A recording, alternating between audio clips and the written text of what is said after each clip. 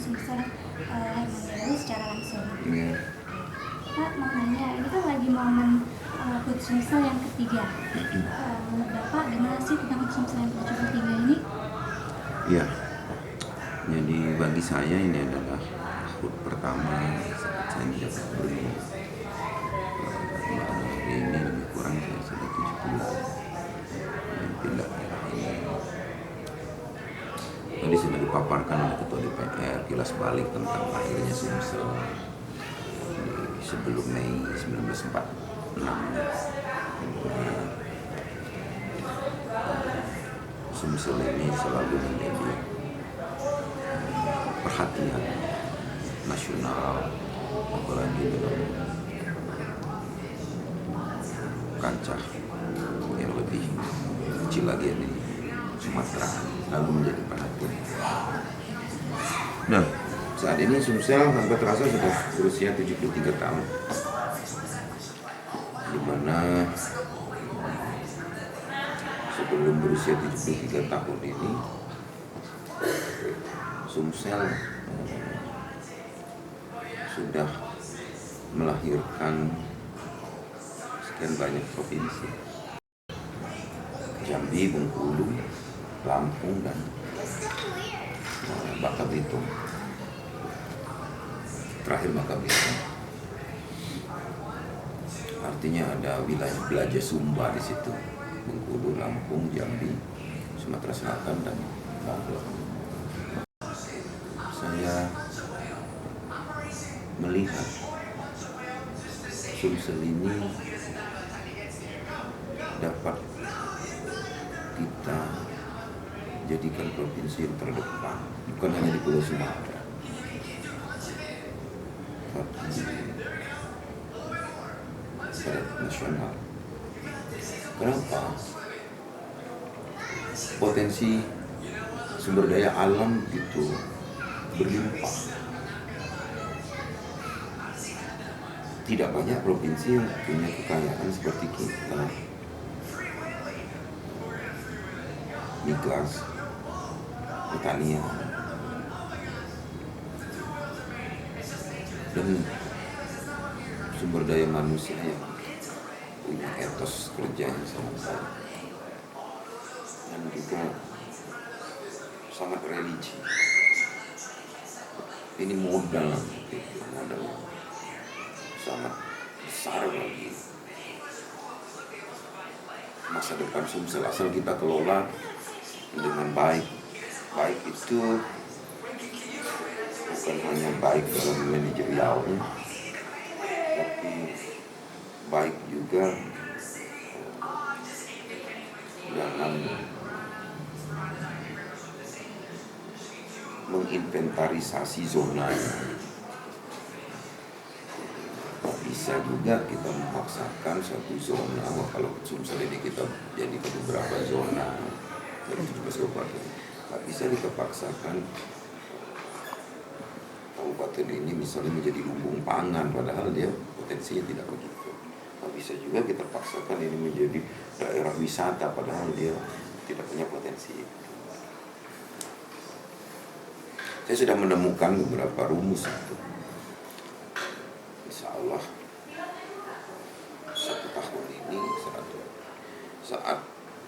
sejak awal saya katakan bahwa saya ini kerja selalu diawali dari inventarisasi masalah, konsolidasi. Jadi 6 bulan kemarin saya konsolidasi ini, baik pada masyarakat, satuan samping, juga kepada jajaran, saya konsolidasi untuk menemukan solusi yang ketiga. Jadi inventarisasi, konsolidasi, solusi. Ini kita sudah menemukan solusi-solusi. Antara lain, hari ini tema ulang tahun kita yakni membangun infrastruktur secara merata dan berkeadilan. Hampir semua media massa kita paparkan. Yang selama ini pertanyaan masyarakat, kapan dimulainya pembangunan? Pembangunan itu sudah dimulai. Cuma Sumsel ini luas sekali. Belum tentu orang Palembang sini melihat yang dikerjakan di Muratara melihat yang dikerjakan di Kabupaten Oku, melihat yang dikerjakan di OI sana. Maka kita sajikan informasi hari ini. Mulai hari ini, di momen ulang tahun ini, kita sudah mulai sajikan ini penjelasan kepada masyarakat tentang pembangunan itu. Oke, ini kan kalau udah banyak nih jelas sih kalau dari Sumsel. Kalau kekurangan Sumsel sendiri Pak di masa Bapak apa sih ibaratnya? Sebenarnya tidak punya kekurangan. Kita syukuri, makanya selalu saya bilang, kita syukuri momen ini, kita bersyukur. Sebenarnya nggak ada kekurangan, hanya sentuhannya yang mungkin berbeda-beda. Maka tagline kita selalu nih, mengatakan di tagline kita, di moto kita, merata dan berkeadilan. Setiap misal nih ya,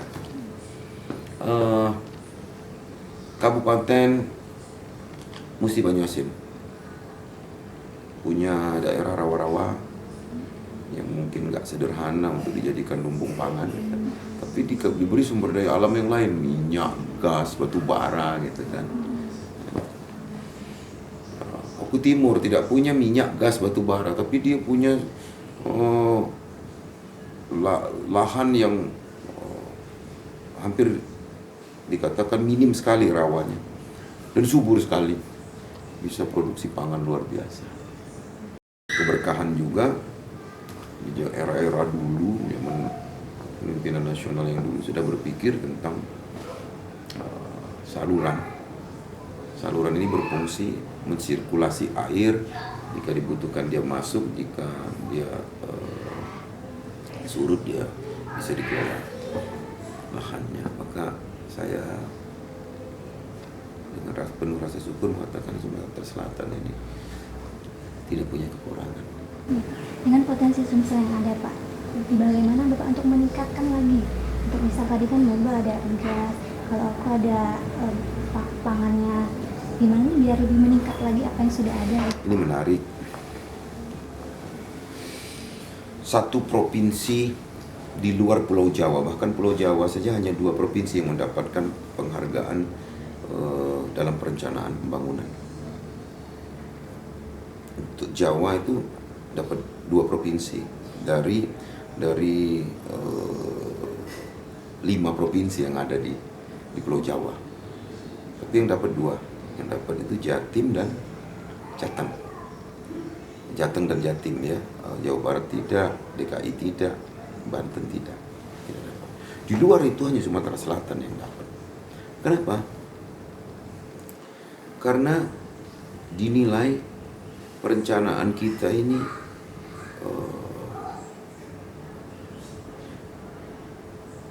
bertujuan baik, direncanakan dengan matang, perencanaan yang terencana gitu. Jadi ini ada ya, perencanaan yang terencana gitu, sistematis. Muaranya satu. Ini yang dinilai. Ketika orang mempertanyakan 7 bulan jadi gubernur dapat muara, iya, ini di perencanaan, diakui secara nasional. Tidak sembarang presiden memberikan sebuah penghargaan. Tentu harus melalui penelitian. Kenapa? Ada 2 hal. Satu, konsistensi kita terhadap penurunan angka kemiskinan. Kita konsisten ini. Dalam aspek apapun pembangunan Sumatera Selatan ini bermuaranya harus ke sana. Kedua, yang kita dihargai konektivitas.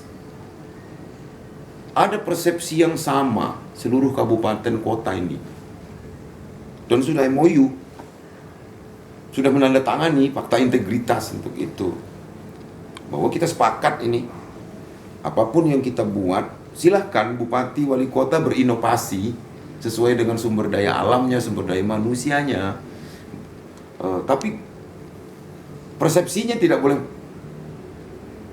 menyimpang, yakni penurunan angka kemiskinan. Naif Sumatera Selatan kalau punya angka kemiskinan 13% dengan sumber daya alam, sumber daya manusia yang begitu hebat seperti ini. Ini tentu kita sebagai pengelolanya akan dipersalahkan oleh semua pihak. Kalau ini tidak segera kita turunkan. Gitu. Nah ini yang dihargai oleh pemerintah, oleh di Musrenbang kemarin, Presiden menghargai itu. Sudah Bapak capai nilai yang Bapak. Tadi saya paparkan di itu. Ada beberapa perbaikan 6 bulan pertama ini tentang angka-angka dan data. Tadi saya paparkan di pidato, bisa dilihat nanti. Meskipun sedikit itu masih sedikit karena juga baru sebentar. Itu ada perbaikan-perbaikan yang saya rasakan langsung. Kebersamaan umat beragama ini berpikir tentang agama itu adalah satu ornamen yang dapat mensejahterakan, dapat mensegerakan kesejahteraan itu didapat, kesejahteraan batin. Maka saya tidak lalaikan kalau ada acara-acara keagamaan, agama apa saja. Karena membangun itu tidak hanya material, tapi moral. Makanya ini aspek ini meriah sekali sekarang. Acara-acara keagamaan tingkat desa, kecamatan, kabupaten. Karena gubernur selalu hadir. Saya selalu pakai, bahkan di STQ. Belum pernah di sejarah lahirnya Sumatera Selatan ini pembukaan dan penutupan gubernur datang gitu di Muratara itu ya. Saya datang. Ini karena saya sadar sebagai orang yang pernah berpengalaman jadi bupati, pernah mengantarkan kabupaten yang saya pimpin menjadi kabupaten yang paling sejahtera, minimal di Sumsel inilah, 1 digit dulu. Dari aspek ini, jangan pernah kita lalaikan bidang keagamaannya. Maka program kita Rumah Tapis ini kan sebagai stimulan nih. Rumah Tapis ini disambut orang luar biasa. Target kita 1 desa 1 rumah tapis, ternyata ada yang 1 desa 1 kelurahan itu 5 rumah tapisnya kan. Sambutan yang luar biasa, batinnya sejahtera. Ada rencana apa nih? Pertama kita harus pelihara kebanggaan orang Sumsel terhadap provinsi ini. Kita pelihara provinsi yang selalu menjadi sorotan dalam kepositifannya. Kita punya stadion yang sudah berapa gubernur membangunnya. Kita pelihara. Tahun ini kita ada MXGP, Mbak Perca yang itu.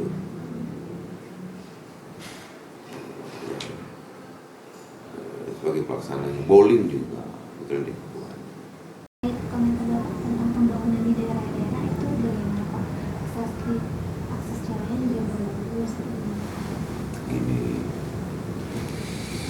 Sumsel ini ya, 17 kabupaten.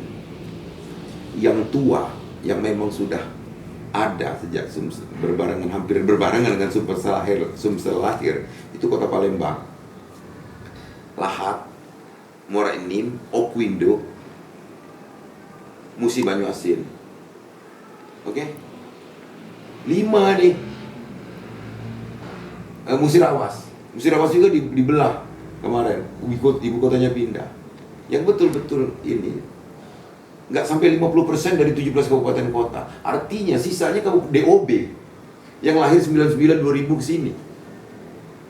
Jawa itu kabupatennya sudah ada sejak Indonesia belum merdeka. Dari zaman kerajaan dia sudah ada kabupaten. Urut itu.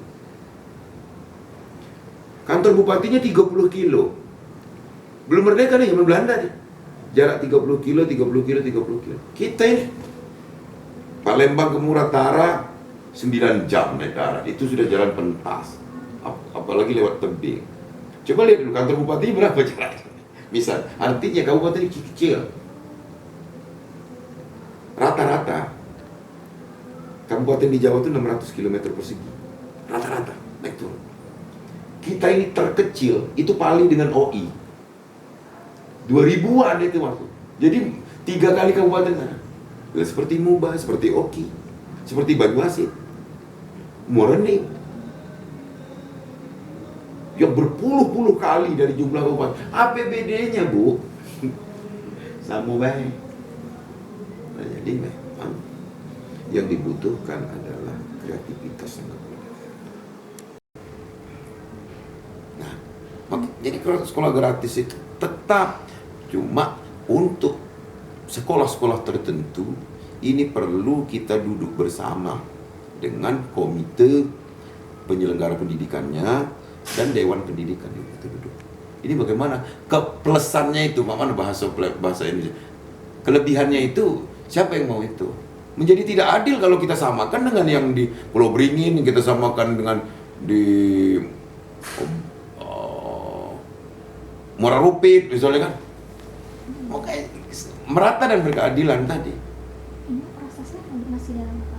Ya, kita terapkan di tahun ajaran baru. Yang gratis, yang kata kita bilang gratis betul. Tapi yang mandiri, nah ini perlu kita diskusikan. Belum ada satu turunan regulasi yang saya tanda tangani. Kita harus duduk bersama. Jangan sampai semua digratiskan menjadi ada yang tidak adil. Sekolahnya gratis, plusnya itu yang nggak gratis mungkin kan? Yang makan, minum, kelebihan fasilitasnya, AC-nya, mungkin itu yang menjadi tidak gratis. Ini perlu rembukan. APBD terakhir itu per siswa subsidinya hanya 58.000 per bulan. Cukup nggak di kota ini? Yang listrik berguyur naik, air berguyur naik, bahan makan berguyur naik, gitu. Cukup. Terus adil nggak bagi sekolah yang PNS-nya cuma 2-3 biji atau 1, yang lain honor? Sementara yang sekolah punya guru PNS semua kan nggak ada beban itu, nggak ada beban memberikan penghasilan kepada gurunya. Loh, yang gurunya PNS-nya cuma 1, ada di perairan itu gimana coba? Masa mau sama? Loh, makanya nggak bisa kita teropong dikit-dikit.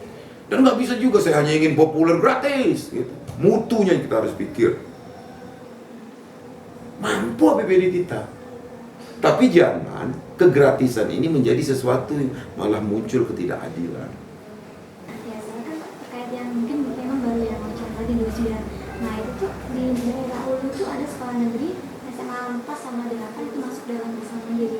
Nah, sedangkan itu wacananya. Ya, itu wacananya Pak. Nah, kalau emang itu diiyakan Pak, berarti apakah si masyarakat yang ingin masuk sekolah negeri harus menjadi keilir gitu Pak jatuhnya? Dapat didirikan sekolah mandiri itu, pertama kesepakatan, ya. Kedua, ada alternatif sekolah yang sederajat. Nggak bisa kalau di kecamatan itu cuma 1 itu dijadikan, nggak bisa dong. Nah itu yang saya bilang, jangan ditelan mentah. Kayak Palembang misalnya, dari sekian puluh sekolah, ada negeri, ada swasta, ada SMA, ada SMK. Terus hasil usulan mandiri itu ada sekitar, katakan jumlah sekian, hanya 10% misalnya dari misalnya. Kan dia ada alternatif lain dong. Kalau dia tidak alternatif, tidak boleh dia. Bapak kan sering berkunjungi. Apa sih Pak resepnya biar sehat gitu? Pertama ikhlas. Saya sudah rasakan keikhlasan. Ini pengalamannya panjang kalau dipaparkan. Saya sudah pernah mengalami pensiun. Ternyata itu bagian dari investasi dulu juga. Saya dulu pernah disebut Bupati 25 kan. Ya 2 hari di kantor, 5 hari di lapangan. Sentuhan batin, touch body gitu ya, kepada masyarakat. Itu penting. Ternyata itu investasi. Belum binanas saya, baru dampaknya ke politik gitu ya.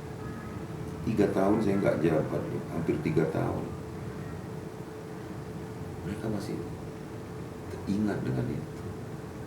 Saya jadi gubernur sekarang. Dan menyampaikan info itu bisa lebih cepat kalau kita langsung datang ke masyarakatnya, menjelaskan dan tidak menempatkan,